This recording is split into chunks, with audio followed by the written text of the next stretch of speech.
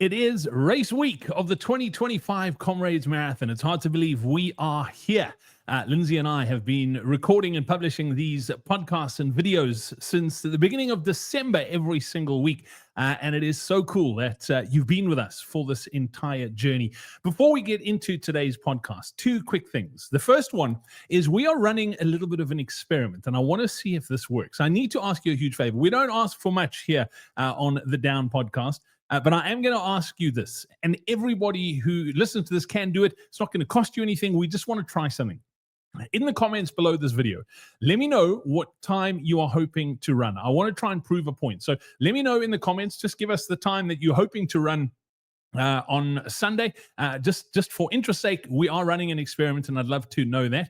The second thing I wanted to let you know is we've got a whole bunch of people that have been training with us on the Coach Parry app and platform pretty much for the last year in the build up to this year's Comrades Marathon. And I just wanted to thank each and every one of you for being part of this journey. And I wanted to let you know, and everyone else who's listening and watching this video as well, that we are going to be running a special on our Comrades Marathon roadmap that's only available at the Expo in Durban this year. So starting on Thursday through to Saturday, it is going to be the best price you will get the Comrades roadmap at, all right? It's not going to be better between now and Comrades Race Day next year. So if Comrades is on your radar, if you're a novice and you want to go for your back-to-back, or if you've been training us for years, or you just want to try out the Coach Parry training platform, this is your opportunity, okay? Come to the Comrades, to the Coach Parry stand at the Comrades Marathon Expo, ask one of our team members about the special, and I can guarantee you we will not be offering it at this price again. It is your opportunity. 3 days, that's the only opportunity you're going to have to get it at that price, okay? So enough of me rambling on. Don't forget to pop your time into the comments below. And let's get straight into today's podcast.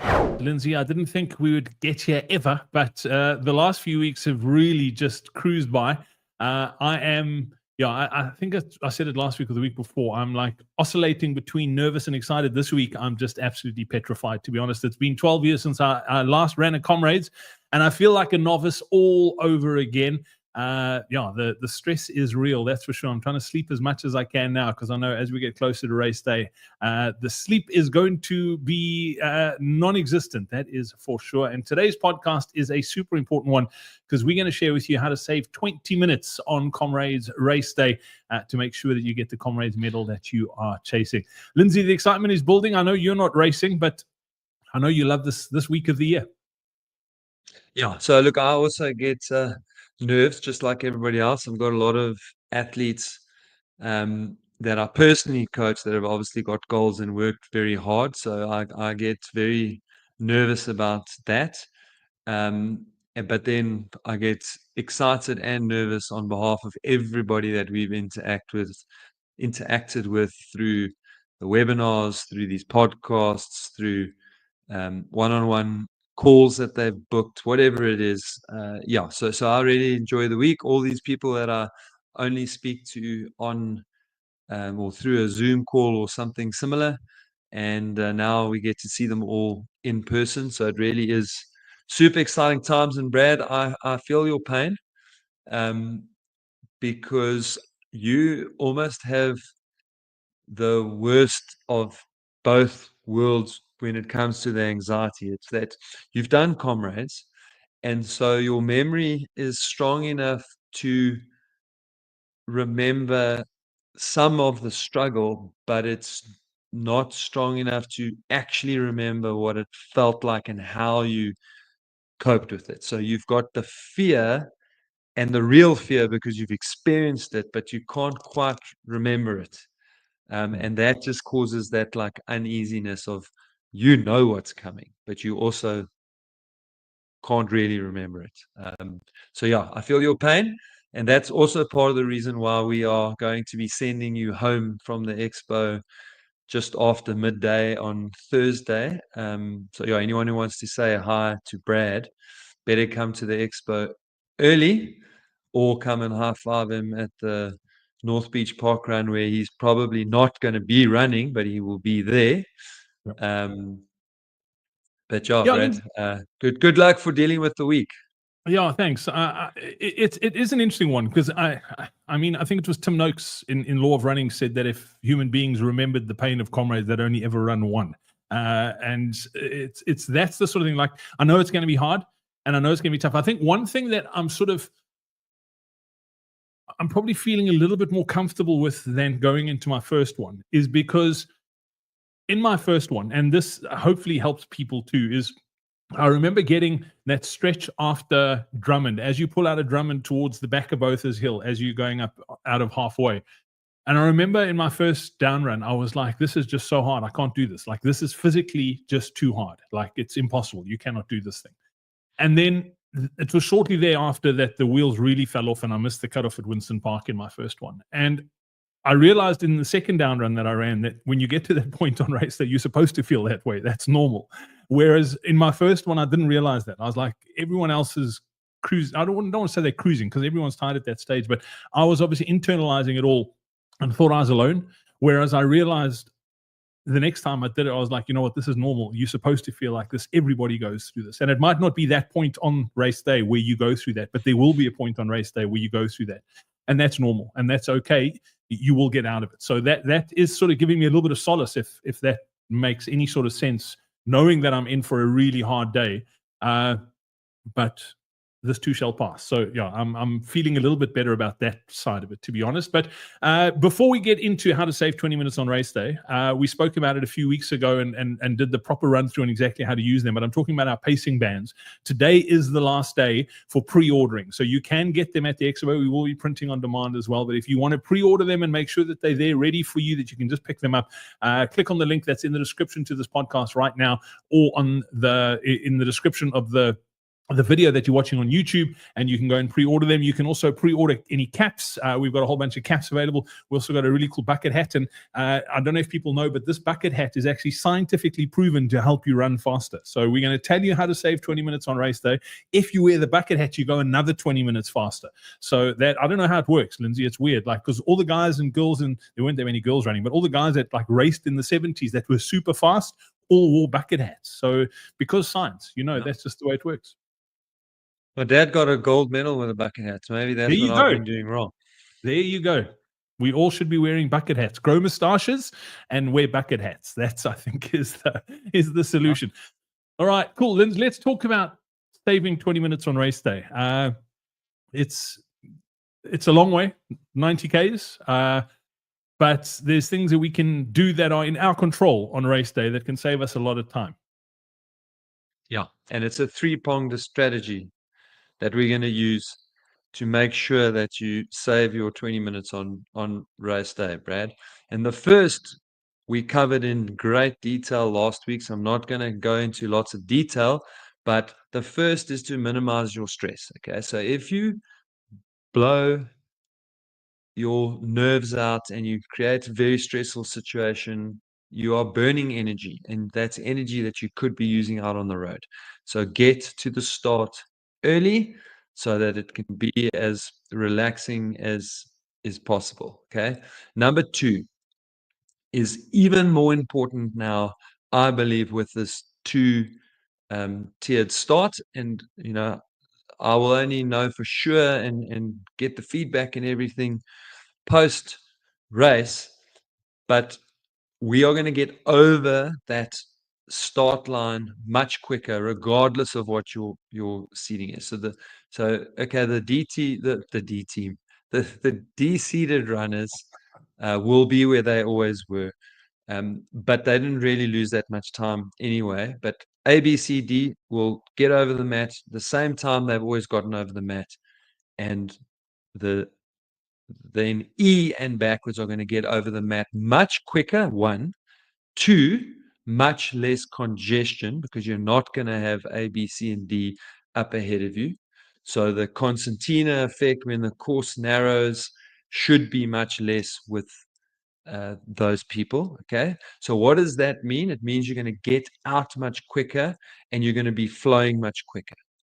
So anyone who's listened to me talk about Comrades before will know that I say that there's two crucial things on race day that you need to write on your arm. And the first of those is hold back. Now, This year, it's even more important because if you get to the start early, the start goes off as we expect it to go off. You are going to be running quicker and get over that start line faster than you ever have before, especially the e-batches, Brad. So now I'm talking to you.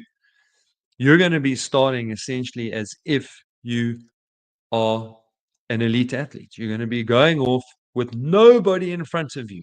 Okay. Lindsey, I'm so excited because every single time that I've run Comrades, I've started in G or H batch. All right, I did the charity thing a couple of times, but like normally right at the back. You're so far back. Normally, the things have changed now, but you're so far back that you can't even see the mayor. Like that's how far back you are. You can't even see the start line. By the time we used to get over the start line, the mayor's gone home and is having breakfast already. That's how far back we used to start. So I'm super excited that I'm going to be right in front. I can see the mayor, and if I sprint hard enough at the start, I could get on TV, which I'm not going to Well, do. no, then this is my exact point is there are people who are going to, okay? So that is number one is hold back. It is so important. And remember this little 20-minute time saving we created this segment, if you like, with G and H batch runners in mind, because the statistics showed that 50% of G batch don't finish Comrades. And then we realized how much time you guys waste out on the course. But it's so important that you do the first 30 kilometers right. If you don't do the first 30 kilometers right, and I've covered that in the route description, I think 3 or 4 weeks ago in the podcast. So go back and listen to it again so that you can have these two pieces of advice together. But the first 30K is so important to do right, because if you don't, you're going to cost yourself more than 20 minutes in the second half of the race. So that's part one, get there early, minimize stress. Part two, hold back. Okay. And then, very importantly, number three, and I'm talking to everybody here, but I'm glad that Brad is my podcast partner on this because I wanted to come back for a second because he will tell you from firsthand experience that the water points can cost you a medal. Okay. So, Brad, for anyone who doesn't know and isn't following your journey, just talk them through your two oceans quickly. Yeah. So, and this isn't to blame anyone, but this is just the function of what happened. So, I missed the cutoff, the final cutoff at Two Oceans by a minute and 51 seconds or 52 seconds. I think somewhere around there. And I looked at my Strava. Obviously, if you're on Strava, you'll know this, that if you just do a normal training run, it takes out the times where you stop. So you've got average time and then you've got average moving time. So on a normal run, it puts average moving time. As soon as you change the event to a race, it takes out that the stops, and then you've got your elapsed time, the total time. And my Two Oceans, I stopped literally probably twice with seconds on the side of the road for not more than 30 seconds. It was literally just to grab a couple of gels and keep going. And I don't even think I stopped, to be honest. If I recall correctly, they walked with me the first one. The second time, I actually grabbed the cooler box because I knew I was under pressure and I ran with it. So I didn't even stop the second one. So let's say I lost a minute chatting to my seconds along the route. My actual moving time on Two Oceans was 6:52. So it was nearly 10 minutes faster than the race time. So I lost, call it 9 minutes just because of the water tables, where I had to stop and get water because the issues that were at the Two Oceans water tables. So I think that's the point you're trying to make, Lindsey, is it's easy to lose 30 seconds at every single water table. And there's a lot more water tables at Comrades than there are at Two Oceans. So that's the danger, I think, at Comrades. Yeah. And that's literally exactly what I have worked out is that the average person loses 15 to 30 seconds at every water station. And there are 43 of them, I think, on the Comrades route. And so you can easily lose 20 minutes, boom. But what I've worked out is that 8 to 10 minutes is the average time lost at the aid stations along the route, because literally as soon as you stop moving, you will lose between 15 and 30 seconds. So to Brad's point there, with his seconds, he didn't lose time because he grabbed his stuff and walked. So slow down and walk and take your stuff at the aid stations, but don't physically stop, because that is going to eat your time, and that's going to eat 8 to 10 minutes of your time gone. So the half of the 20 minutes that I want to save you on race day are literally actual physical time where you stop at water points.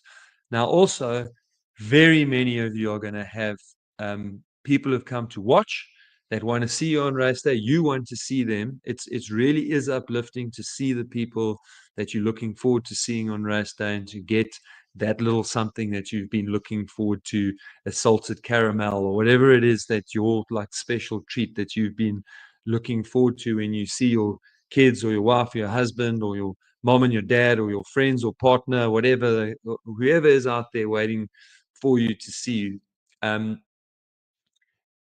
Do not stop moving. Okay. And this is the second thing that you're going to write on your arms. We've got hold back to make sure that we take care of the first 30 Ks the way that we should. And then on the other side, you're going to don't stop. So that's a promise you're going to make yourself, is that as soon as you cross the start line, that for every second of the rest of the 12 hours while you are out there on the road is going to be a step closer to Durban. Whether you're running or walking, you're moving forward every second. So at water points, you can stop and walk and take what you need. When you see your seconds, you can stop and walk and get what you need, and exchange a few words, maybe have them walk with you 5-10 meters, unless you're trying to win comrades, then they're not allowed to walk next to you, otherwise you get disqualified. But if you are going for an 11-hour 55, those people can walk along a little bit with you, but do not stop. That is the most important thing. As this journey continues, you are going to be sore, you are going to be tired, you are going to be mentally struggling. And as Brad said at the start of this, that he knows that, he experienced that. And the first time he experienced it, he thought he was the only one, and that kind of made it worse. But he realized that's how it's supposed to feel. That is normal, and you will get through it. If you've got lots of time to play with, fine, stop for the massages, stop and crack a joke with an old friend that you haven't seen for 30 years.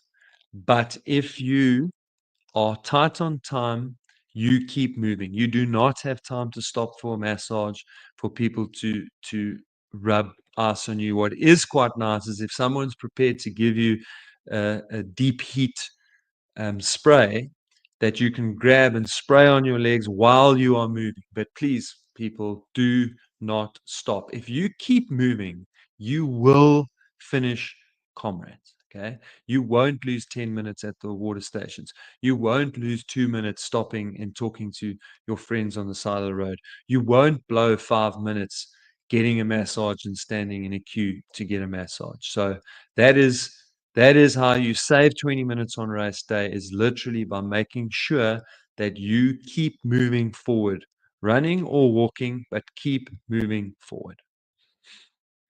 Yeah, Lindsey, I couldn't agree more. It's easy, particularly early on, to think, 30 seconds here is not going to make too much of a difference. But speaking from experience, someone who does hang out at the back of the field, those things add up, and they make a huge, huge difference to whether or not you can finish the race within the 12 hours. And with it being slightly longer than it was with the last down run, obviously with the change in finish venue, you do have a little bit extra distance that you have to cover too. So it becomes even more important to do those things the right way on Comrades Race Day.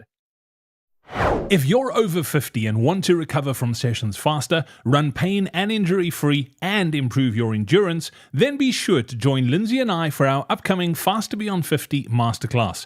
In it, we'll show you how we helped a 70-year-old run a 47-minute, 18-second 10K, and how you can take those exact same principles and apply them in your training. Simply scan the QR code that's on screen right now, or click on the link in the description below to save your seat in the training now. We look forward to seeing you there. Yeah, exactly. And there's so much riding on it. And look, it's also a function of being tired, Brad. Like, you don't think properly when you're tired. And so these are things that you need to tell your supporters too, so that when you stop and they can see that you kind of lingering and wasting time, they must also be like, hey, get going, like, yeah, I mean, I know some supporters that are hardcore, but you need to be hardcore. Like, I've heard people saying when they've seen someone struggling, going, "Oh, by the way, I was going to see you there, but I'm not going to see you there anymore because I'm not risking you getting in the car. So I will see you at the finish. If you want to go, if you want to make it home, you make sure you get yourself to the finish." So that's obviously taking it to the extreme. But no, Brad, these things, yes, and to your point, I mean, I bet you it was only in maybe the last 6, 7 Ks that you probably realized how much pressure you were under. And then you probably already realized, damn it, that time where I just should have gone. Um, and it does. It just slowly adds up. And then suddenly you're under huge pressure that you'd never needed to be under. So from the get-go, have good discipline, build routines. And this is, in fact, this is probably the best piece of advice I can give you around this. Don't stop. Is when you get tired, if you've got routines in place, and this is why we like people to practice their run walk strategy, Brad, is because you've got your routine and it's in place. If you know, oh, there's a water point coming up, I'm going to move to the side of the road. Just before I get to the water point, I'm going to start walking. I know that I'm looking for X and Y. Once I've got those, I'm going to take them. Then I'm going to throw my stuff in a bin, and then I'm going to start running again. And if that's boom, that's your routine, every water point, boom.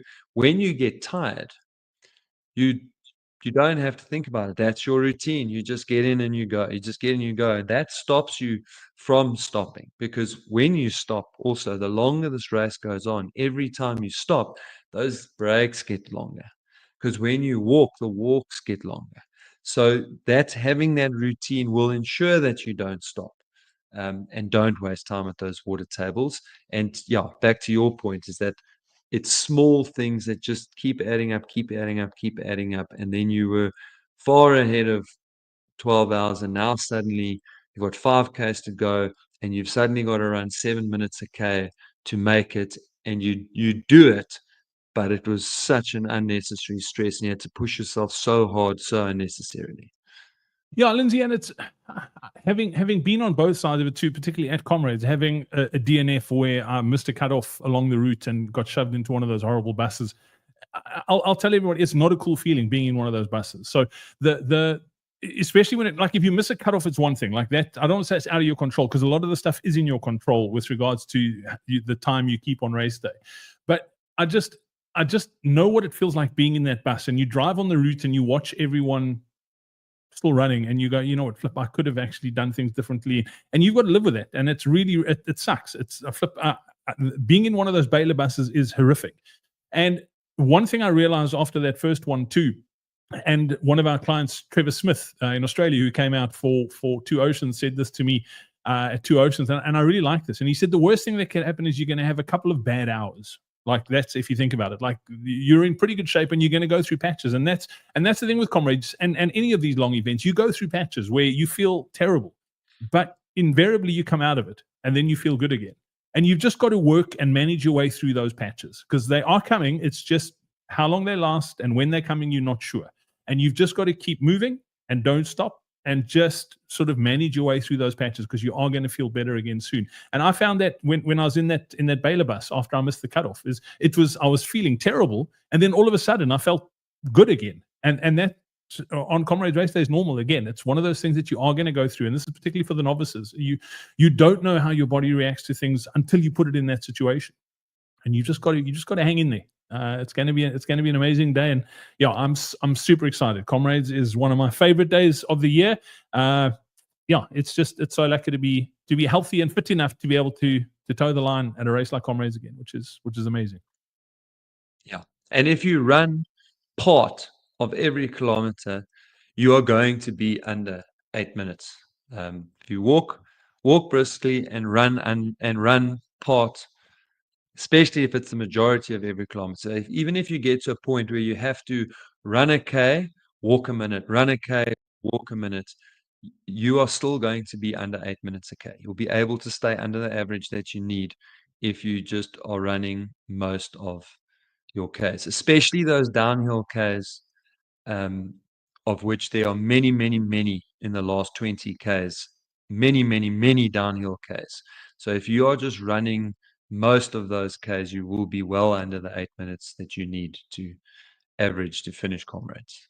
Yeah, Lindsey, and that's an important point too. And that's where I think the hold back in the first 30K that you talk about is so important, particularly on the down run. Because if you do get to the last third of the race, you're not going to feel great. I think that's also the important thing. You are going to be tired. You are going to be sore. But if you can run, you don't even need to run fast. You just need to be able to run when you get to that point. You can make up so much time because, and I just think particularly of that stretch from the top of Cowie's Hill, basically through Westville, that is such nice gentle downs that you can literally just let gravity do its thing and you can cruise. You can make up so much time on that stretch of road. So yeah, and again, I'm just throwing this in there too, particularly for the guys and girls at the back of the field.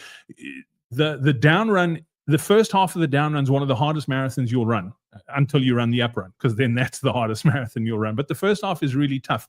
And you'll feel under pressure. You are going to, I know this because I'm going to feel the same way on Sunday. You're going to feel under pressure from the cutoffs. But the halfway cutoff is quite generous. And you might think, well, if I can only get through halfway, I'm going to struggle for the second half. If you hold back in that first 30Ks and you feel, and you haven't damaged yourself, you can make that time up in the second half. It is possible. That's my strategy on Saturday. So on Sunday. So yeah, that's just my 2 cents worth. And maybe I'm way out of line because I feel like a novice again, and it's been 12 years since I've run one. But I've been around this race long enough to know that that is the case.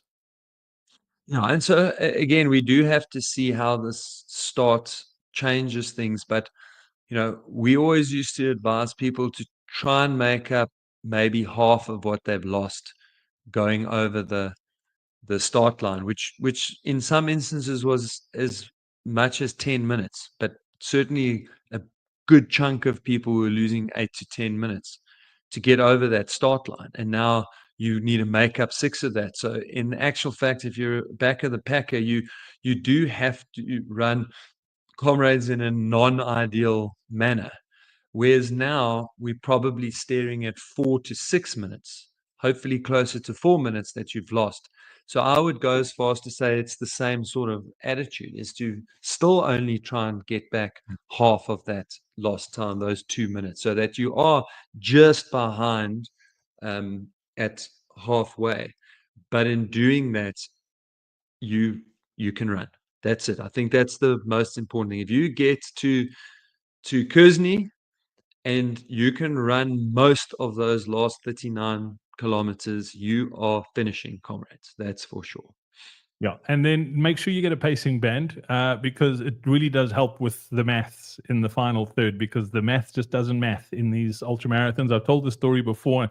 The last down run, I was trying to work out what I needed to do to go under 10:30, and it was 10 Ks to go, and I had 70 minutes to do it in. So I needed to divide 70 by 10 to see what I needed to do to go under 10 and a half. And it took me about 2 kilometers to do that math, Lindsey, and then I still couldn't do it. I was like, 70 divided by 10. What is 70 divided by 10? Couldn't work it out. And eventually I didn't make the 10:30 because I was like, stuff it. I can't work out how many minutes per K I need to run, so I'm done. So make sure you get one of our pacing bands. Today is the last day for you to pre-order them, or you can pick them up at the expo. We can print them on demand for you as well.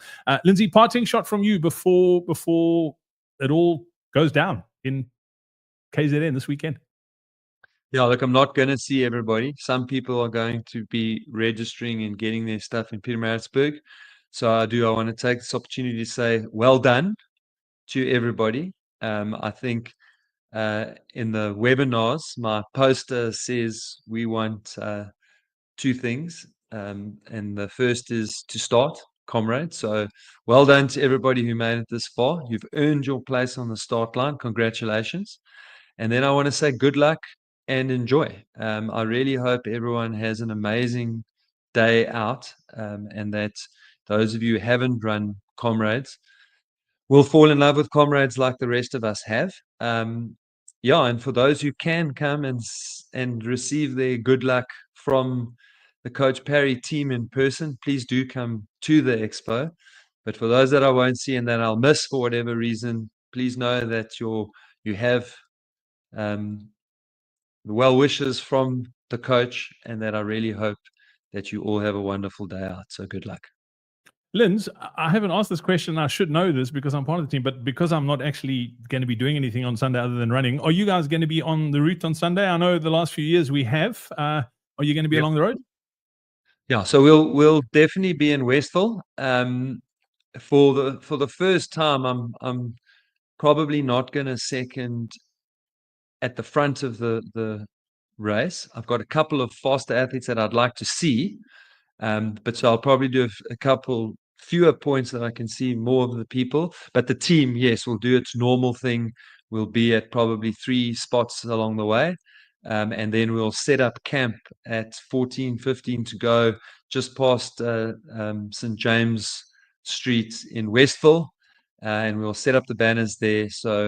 And we certainly won't pack up before you come past, but we generally make sure that we stay there to give those that are borderline of finishing to give them a rev. So yes, we will be there. You will see us on the side of the road. I was going to say, make sure you got headlamps. With the latest start and with me coming through, when I do, you might be there in the dark. Lindsey, you better not be one of those borderline guys, Brad. Otherwise, I'm going to have to kick your bum all the way to Durban.